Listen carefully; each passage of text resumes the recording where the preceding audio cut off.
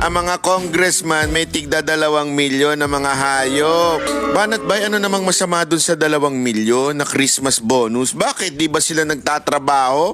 Pwede naman nilang gamitin yun sa kanilang constituents, yung mga ganyan-ganyan nila, yung mga ganyan diskarte nila na para naman yun sa mga barangay captain. Ulul, sino niloko nyo?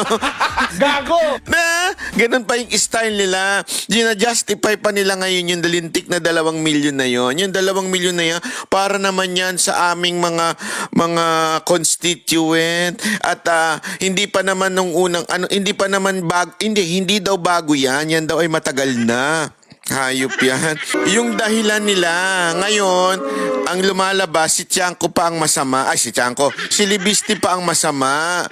Si Libisti pa ngayon, ang tila, pumapapel, umiepal. Siya na nga yung nagsabi ng katiwalian dyan, siya pa ngayon ang epal. Napakagago nyo rin, ano? Gago! Alam mo yung mga yung mga anti-corruption diyan, pakuno nung iba diyan, na natatawa lang ako kasi nung lumabas si Libiste, alam naman natin, okay? Una sa lahat, ganito kasi yan, ikikwento ko sa inyo para lamang po sa ating kaalaman. Si Libiste po ay somehow nanggaling sa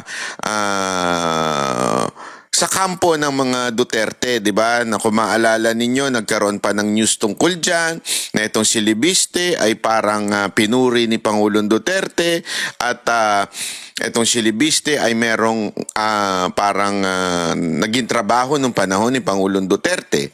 Ngayon, yung kanyang mga ni-ready bill ay tila idinidikit doon. 'Di ba? Tila idinidikit nitong mga kakampuet at saka ng mga makakaliwa doon. Hindi nila tinitignan kung tama ba talaga yung sinasabi nitong tao na ito. Yan ang nila, yan ang problema eh. Ang sinasabi lang nila ay parang umiepal na yan. Umaano na yan, hindi yan tama. Yan ay gusto lamang kumandidato sa 2028, kaya ganyan nagpapapapel-papel yan, kaya nagbibida-bida daw yan. Yun ang sinasabi nila ngayon, ha? Sa loob-loob ko, sandali lang. Teka, sandali, akala ko ba we are all for anti-corruption? No matter what color o saan nanggagaling yung taong nagre-reveal. Bakit? Nung si Magalong nagsalita dyan, inisipan ba ng tao na, kasi pinklawan yan, kasi malapit sa Robredo yan. Hindi naman, di ba? Hanggang kayo na mismo ang biglang nagbabago ngayon na parang tila masama pa sa inyo si Libiste porket nasa side ng mga Duterte. Although, hindi natin sinasabi talagang nasa side siya ng mga Duterte, ha? Hindi ko inaamin niya, wala akong alam, di ko alam. At the same time, hindi naman yan kumpas ng mga Duterte. Alam mo, ang mga Duterte, hindi nila gawain yung ginagawa ninyo na mga pinagpaplanuhan. Yung galaw ng Duterte, napaka-organic niyan. Maniwala ko kayo, hindi yan yung nagpaplano. No? O sige, sinong hihirit ngayon? O ikaw naman, o ikaw naman. Walang ganun sa mga Duterte. Ang mga Duterte, organic pag gumalaw. At ako naman, wala na sa kapangyarihan ng mga Duterte para magpakilos ng sino man. Walang kasi ang dating ngayon, tila parang sinasabi merong siyang nagtuturo kay Libiste kung ano yung mga sasabihin. Ayaw pa nilang tumbukin, pero napaka-obvious naman na sinasabi nila ay mga Duterte dahil gusto daw pabagsakin si Marcos. Parang ganun ang kanilang tinutumbok. Pero sa totoo lang, alam nyo, hindi ho gawain ng mga Duterte yung gumaganyan. Alam mo kung gawain ng mga Duterte yung kumukumpas-kumpas, ay ba matagal nang wala dyan si Marcos? Sa totoo lang, kung gugustuhin ng mga Duterte na mapaalis sa posisyon ng mga Marcos, etong si BBM, matagal nang wala sa posisyon yan. Pero hindi nila kasi gawain yan eh. Ever. Hindi mo nga maririnig si Inday na magsasabi ng resign eh. Siya lang, alam mo, eto with all the things that is happening right now, from the Saldico, from the revelation of, what they call this, yung name ng unang congressman, si Kiko Barzaga, okay, at itong si Libiste, sa totoo lang, may nagkwento nga sa akin na kumpas na lang ni BP Sara para kumilos ang ating kasundaluhan. Pero mismong si BP Sara Duterte, hindi kumukumpas. Ayaw yung ganon. Ayaw, ilang beses niya nang sinabi, ayaw niya mag-resign si Marcos eh. Patapusin na lang si Marcos. Yan ang lagi niya sinasabi. And I think, ako in my opinion, in my sincere opinion, no, sa tingin ko matatapos si Marcos. Ito walang biro ito. Sa tingin ko matatapos si Marcos kasi ang pinakasikreto dito si BP Sara Duterte. And BP Sara Duterte, wala siyang utos. Wala siyang command sa kahit sino man. Sa aking pagkakaalam, although I do not know her personally, but from the people na naririnig ko around him, around her, ay wala ho siyang kinukumpas, wala ho siyang inuutos. At sa katunayan, gusto niyang matapos si Pangulong Marcos. So sa tingin ko, yun ang mangyayari. Although ako, siyempre gusto ko mapalitan na kagad yan. Di ba? Pero in the legal way, di ba? Through impeachment or through other things, through legal and constitutional way. Yan ang gusto ko, mapalitan si Marcos. Pero sa tingin ko, hindi mangyayari yan because wala nga hong command o wala hong kumpas si BP Sara Duterte. It is only BP Sara Duterte can do that. Maniwala ho kayo sa hindi.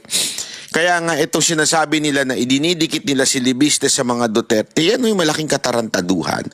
Sa tingin ko po panoorin muna natin itong kasi ngayon, ang nangyayari, para bagang si Libiste ay itong nilabas ni Libiste na Cabral files, na nanggaling daw ito doon sa yumaong si Yusek Cabral, tila ibinababa o pinapahinaan nila yung credibility nito.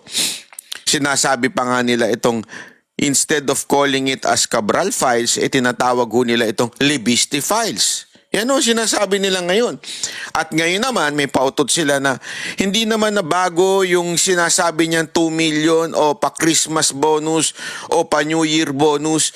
Hindi naman na bago yan MOOE, panahon pa daw ni Duterte yan. Sabi ko nga, sandali, wala naman siya sinabing panahon. Ito klaruhin natin. Wala hong sinasabi si Libiste na ngayon lang nangyari yan. Ang sinasabi niya, let it be said na meron ganitong nangyayari. May nakita ko sa Facebook ang mga bagong bayani daw ay si Kiko Barsaga, si Congressman Eli San Fernando at saka itong si Libiste. Alam mo, okay ako doon kay Kiko Barsaga at saka kay Libiste, pero si Congressman Eli San Fernando, sablay ho yan, wag ho kayo. Sa tingin ko ito'y aking pananaw lang. Maganda yung kanyang puso sa pagbubulgar ng mga bagay-bagay, pero pili. Pili. Sa katunayan, yan nga yung pinangako niya noon during the campaign sa TikTok niya. O sasabihin kong lahat ng makikita ko sa Kongreso, ano nangyari? Nga ka.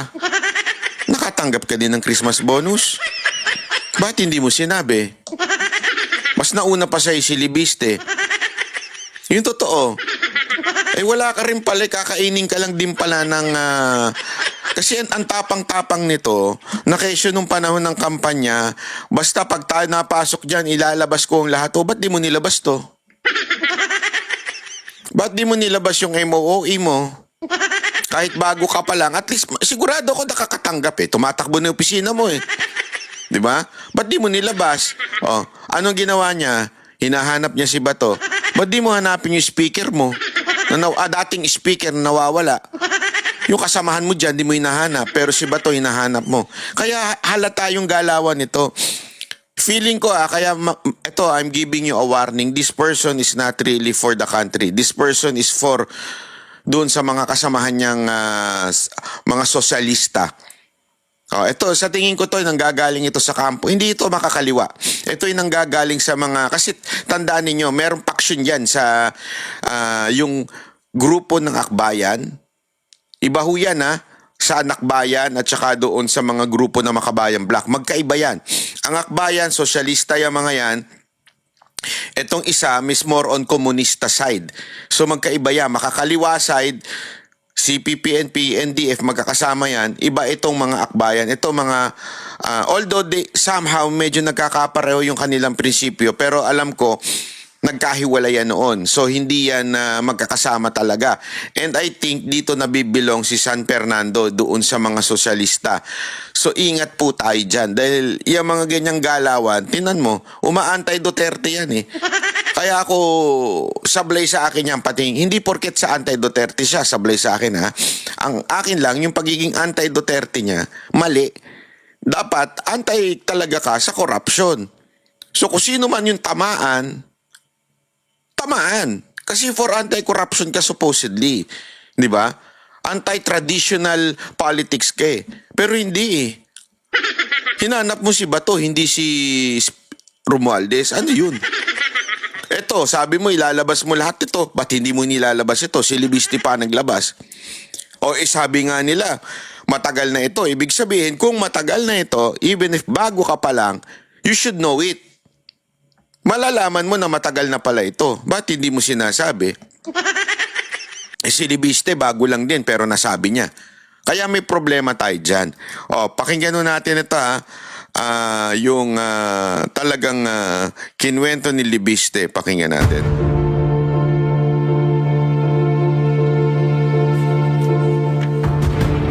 May 18 bilyong pisong pondo raw ang Kongreso para sa maintenance and other operating expenses o MOOE. Ito naman yung dito tayo sa medyo umusog-usog na tayo kasi after nung Cabral Files, ito yung sumunod na pasabog nito ni Libiste yung MOOE, which is actually matagal ng pasabog yan noon pa na ini-ignore ng media. Matagal na yung pasabog ng mga Duterte supporter yan eh.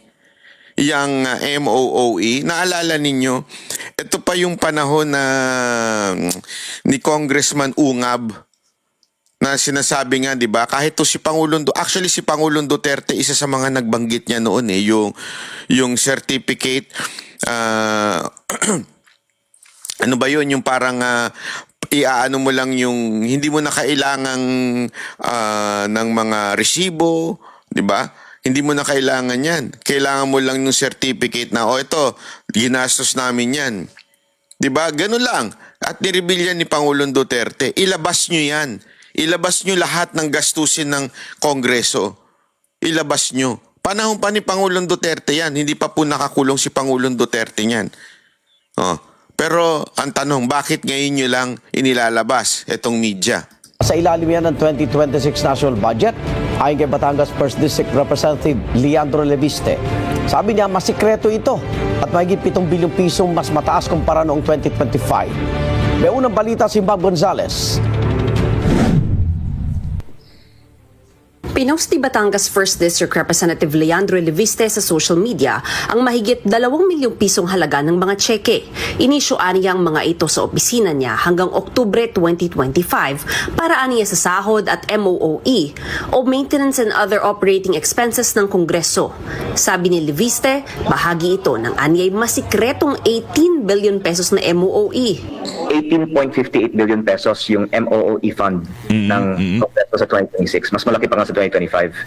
At walang breakdown saan ito napupunta. Humingi nga po ako at kinausap ako na wag nang magtanong tungkol dito. Wala pong debate. Bakit natin itinaas pa ang MOOE fund? I-divide po natin ito sa 318 congressman, baka mga 58 million pesos per congressman ang lumalabas. Kada taon? Kada taon po. Sabi ni Leviste, hindi kailangang resibuhan ng MOOE, kaya pwede raw magdesisyon ang kongresista kung paano ito gagastusin. Kasali po dito yung kuryente, yung tubig, yung bond paper ng House. Pero sa 2026 budget, initially, mga 10 plus billion siya, tapos naging 18 billion. Itinaas po ng 7.8 billion. Ibig sabihin, yung itinaas na 7.8 billion, mga 24 million per congressman ba yan?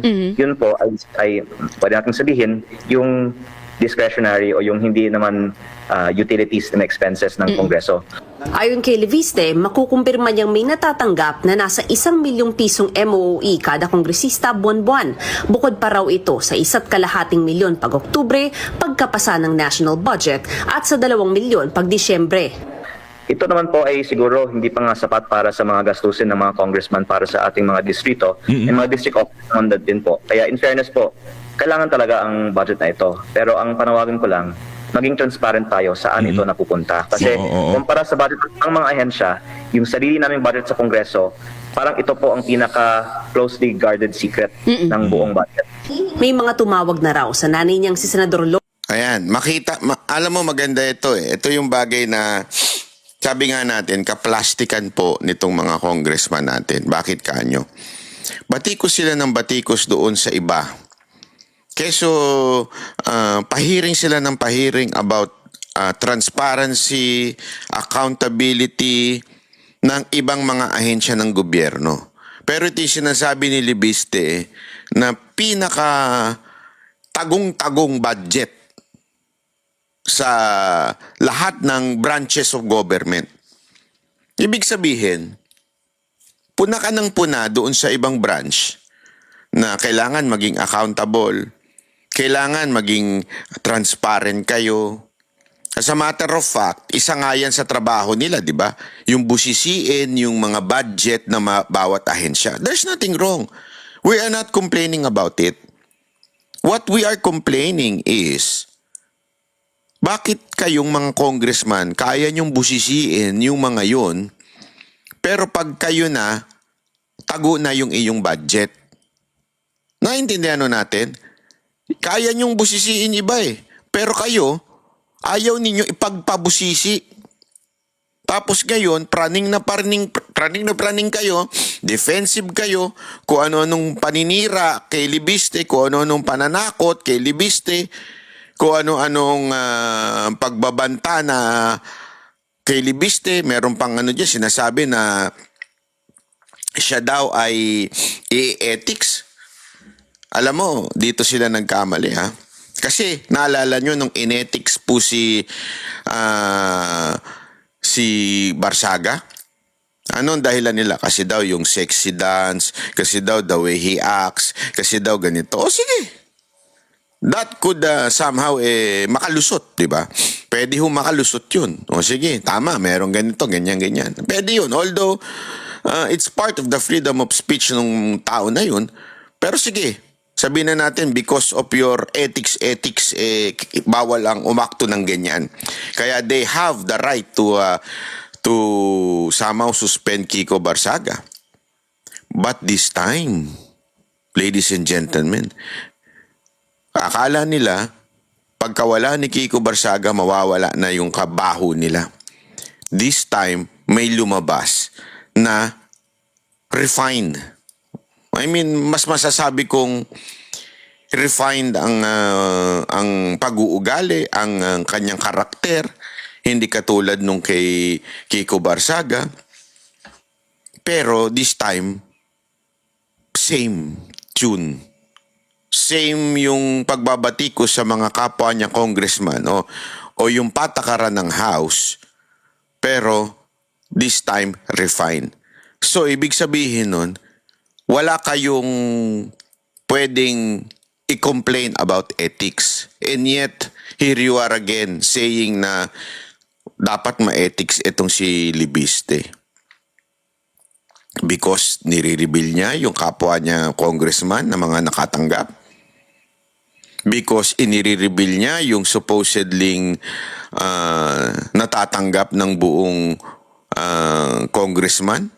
Ayan meron pa siyang pinakitang cheque. At yung cheque na yun, na hindi yung check against his fellow congressmen. Ano yun? Yung cheque na yun ay yung cheque na pupunta supposedly sa kanyang opisina na hindi niya tinanggap. That is enough proof that it is true. Kasi nga, napunta sa opisina niya, hindi niya tinanggap. Kaya nga ako nabilib Ako nabilib kasi noong una may mga nagsasabi, naku, baka lang yan, paandar lang yan sa 2028. Di ba? Paandar lang niya yan. Alam mo, kung ako, yung opisina ko nakakatanggap ng ganitong amount, tapos pwede kong gamitin ito Actually, hindi naman masama Sa totoo lang, hindi naman masama. Gagamitin mo naman sa expenses ng iyong opisina. Abay, meron ka mga abogado. Abay, may mga pinapasahod ka dyan. Naturalmente. Pero itong mama hindi tinanggap. Hindi ginamit, hindi diniposit. Saan ka pa? O ibig sabihin, sama mo integridad yung tao na to. I mean, ayan na oh. Kailangan ka na lang magpasakop sa maling sistema. Kaya nga wala akong bilib doon sa isang si San Fernando na yun eh. Si Congressman Eli San Fernando. Wala akong bilib doon eh. Kinain na rin ng sistema eh. Malamang sa malamang, tumatanggap din sila yung opisina niya ng MOOE. Which is, sabi ko nga, it's not illegal. It is part of the system. Yun nga lang, para bagang delikadesa mo na sabihin, di ba? Delikadesa mo na ilabas kasi yun yung ipinangako mo. Na ilalabas mo ang lahat ng kung anong nangyayari sa Congress. Eh hindi mo nilalabas eh. Di ba? So ibig sabihin may problema ka, Tutoy. Oh. Akala ko ba ilalabas mo, ba't hindi mo na nailabas? O, yun ang problema natin doon sa tao na yun. Eto si Libiste, nilalabas niya na. O, mukhang siya naman ang ginagawa ng masamang imahe. Legarda para pigilan si Leviste na magtanong ukol sa pondong ito. Paglilinaw naman ni Leviste, hindi lang Kongreso ang may MOOE, kundi pati ibang ahensya ng gobyerno. Pero sabi ni BICAM Committee Member at Palawan 2nd District Representative Jose Alvarez, walang irregularidad sa mga checking inisyu kay Leviste at hindi ito Christmas bonus. Alinsunod daw ito sa batas, naka-audit at dokumentadong disbursements na natatanggap ng kada miyembro ng Kamara para bayaran ang mga sweldo nila at para masigurong tumatakbo at nakakapagserbisyo ng maayos ang mga district offices nila. Bumaba rin aniya ang budget ng Kamara sa 27.7 billion pesos para sa 2026. Doon pa lang daw, malinaw nang hindi tinaasan ng Kamara ang sarili nitong budget. Wala raw itinatago ang Kamara dahil dumadaan sa matinding pagbusisi ang budget nila. Again wala pong sinasabi ni Silibiste. Kaya nga sabi ko, praning na praning to mga congressman eh. Praning na praning sila. Wala sinasabi si Libiste na illegal ito. Nagiging transparent lang si Libiste. Eh kung wala naman palang illegal, there's nothing wrong. Bakit putak kayo ng putak defending this MOOE and this 2 million na Christmas bonus? Bakit akala ko ba walang problema? Bakit napaka-defensive ninyo? O may ibig sabihin nun. Tulad ng ibang ahensya ng gobyerno, ito rin daw ang pinakabukas na budget sa kasaysayan na nasubaybayan ng publiko. Dapat daw katotohanan ng basihan kung may alegasyon ng maling paggamit ng pondo at hindi walang basihang spekulasyon. Nauna nang sinabi ni Leviste na may 2 milyong pisong Christmas bonus ang mga kongresista. Pero sinalag ito ni House Committee on Public Accounts Chair at Bicol Saro Party List Representative Terry Ridon. Parang hindi naman Christmas bonus po yung mga binibigay sa mga kongresista. Parang lahat po ng mga binibigay po ay para sa mga programa, aktibidad at mga gawain. Oy, ganun pa rin yun. Pinalitan nyo lang yung pangalan eh. Itong Terry Ridon na ito, napakasinungaling nito eh. Totoo lang Oh, sige, sabihin na natin hindi Christmas bonus yun, pero binibigay yun tuwing Christmas. Anong tawag mo doon? Ano naman to si...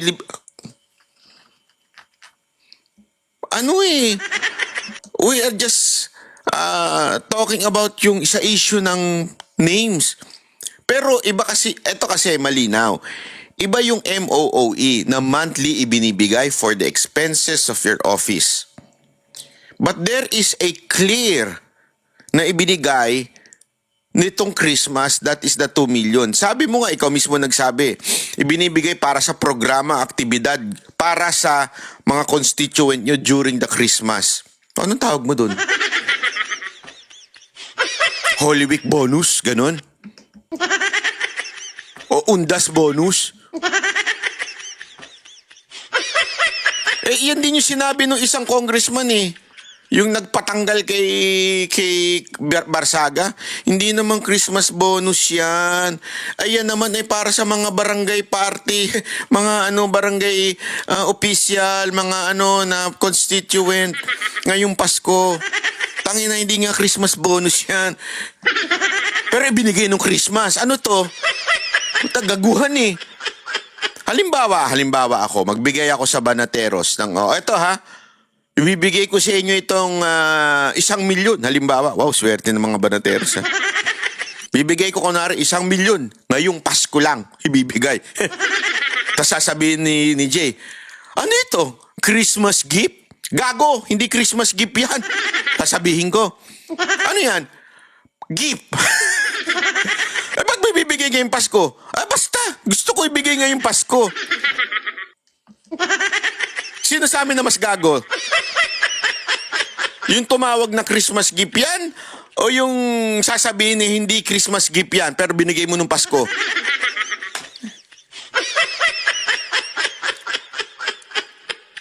Sige nga mga kababayan, kayo nga magbigay nga kayo ng regalo sa mga asawa ninyo o sa mga asawa, dami ah. Sa mga jowa ninyo, magbigay nga kayo sa mga kapamilya nyo nga ng Christmas gift. Pero pag sinabi nilang Christmas gift, magalit ka, sabi mo hindi Christmas gift yan. Normal lang yan na nagbibigay ako ngayong Pasko.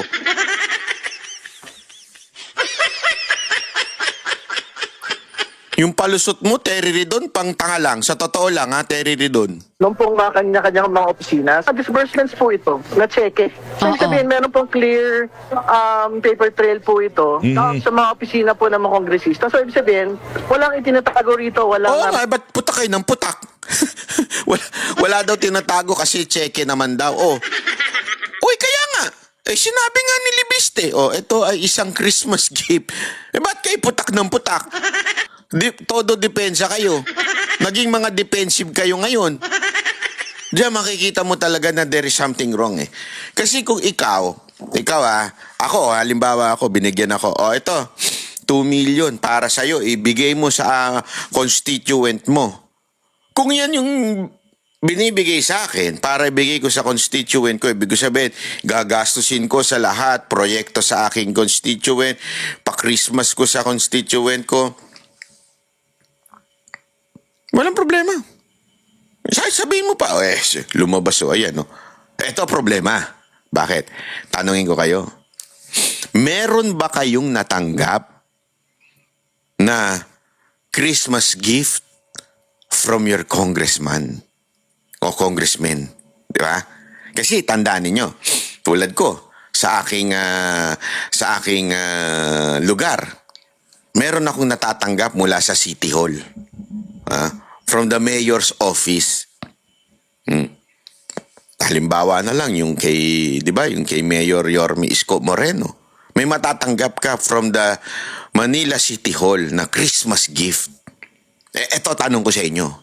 Sino sa inyo ang nakatanggap ng ayuda, regalo, or anything na coming from your congressman? Sige nga. Magkadiretsuhan tayo. Yan ang sinasabi ninyo, di ba? Yan ang putak ng bibig ninyo mga congressman. Sige, tanongin ninyo, kayong mga nasasakupan nito, may natanggap ba kayong Christmas gift from them? Eto nga, tingnan mo ito. Party list congressman. Yung nasasakupan mong o mga membro mo, may membro ba kayo talaga? O drawing lang yan? May natanggap ba sa'yo, Congressman? Representative Terry Ridon? Yung mga nasasakupan nito, sino dyan Bicol Saro dyan? Meron ba itong mga membro? Baka naman puro ghost din ito. Hindi, kaya nga ako Ito, wag na tayo magpaligoy-ligoy. Sinasabi nila para ito sa constituent nila. Para ito sa kanila. Ang tanong, meron ba kayo natanggap? Meron? Kayo sumagot. Isulat nyo dyan sa baba. I-comment ninyo. Oo, may natanggap ako from congressman. Ganito, ito ang aking distrito. Sige, para pasalamatan natin. Ano tayo, very tayo. Mapasalamat tayo sa mga nagbibigay ng pagpapala sa atin. Pasalamatan natin yan. Di ba? Pasalamatan natin. Meron ba? Yan ang tanong. Meron ba o wala? Kayo na mag-comment. Ganito. Kung meron, ilagay niyo dyan. Opo, meron from Congressman ganito. district ko sa ganitong lugar. Kung wala, isulat nyo rin sa ibaba. Ako, from district ganito, sa ganitong lugar, wala akong natanggap mula sa congressman ko. Sige, magtulungan tayo ngayon. Dito at mali. Yung pong insinuation na binabanggit, and like what I stated, Hindi mali insinuation. sinagot na ito ng majority Mali ka lang. Mali lang yung pagiging defensive nyo. minority. Dagdag ni Ridon, matagal nang nagbibigay ng ganito ang Kongreso. Wala Katulad nito, makakaliwa ito dati. Pero kinain na rin ng sistema. Parang si Congressman Eli San Fernando. Oh, ba't hindi mo sinabi yan noon? Nirereklamo nyo yung mga ganyang-ganyang issue, di ba? Ba't di nyo sinasabi yan noon? Na may MOOE kayo. daw natatanggap na bonus ang mga At meron kayong mga pabonus. kongresista maliban sa 13th at 14th month pay na nakukuha Grabe, no? Sana all talaga may 13th, 14th month pay, no? Hoy! Sana may 13th, 14th month pay, tapos may bonus. Ang bira kayo, oo. Sana all. ng lahat ng kawani ng gobyerno. Kung may anomalya man daw sa paggamit ng pondo, tsak masisilip ito ng Commission on Audit. Meron ng annual audit report for Congress. No? So, ibig sabihin, kung may problema dito po sa mekanismo kung paano ho ipinapatupad yung pagpopondo at paggamit ng pondo, dapat lumilitaw po yan sa mga audit reports po ng COA. Ang malinaw, hindi ho yun pinipera ng mga kongresista. Ibig sabihin, hindi yun gagamitin para sa mga bahay, para sa mga kapritsyo, at para sa mga bakasyon. Ito ang unang How sure? Eh, yung liquidation is by certification lang. How sure? Tandaan ninyo ha, may ganyan. Issue by certification lang. Liquidation by certification lang. Balita, Mav Gonzalez para sa GMA Integrated News. Oh, di ba? Paano natin masasabi yan?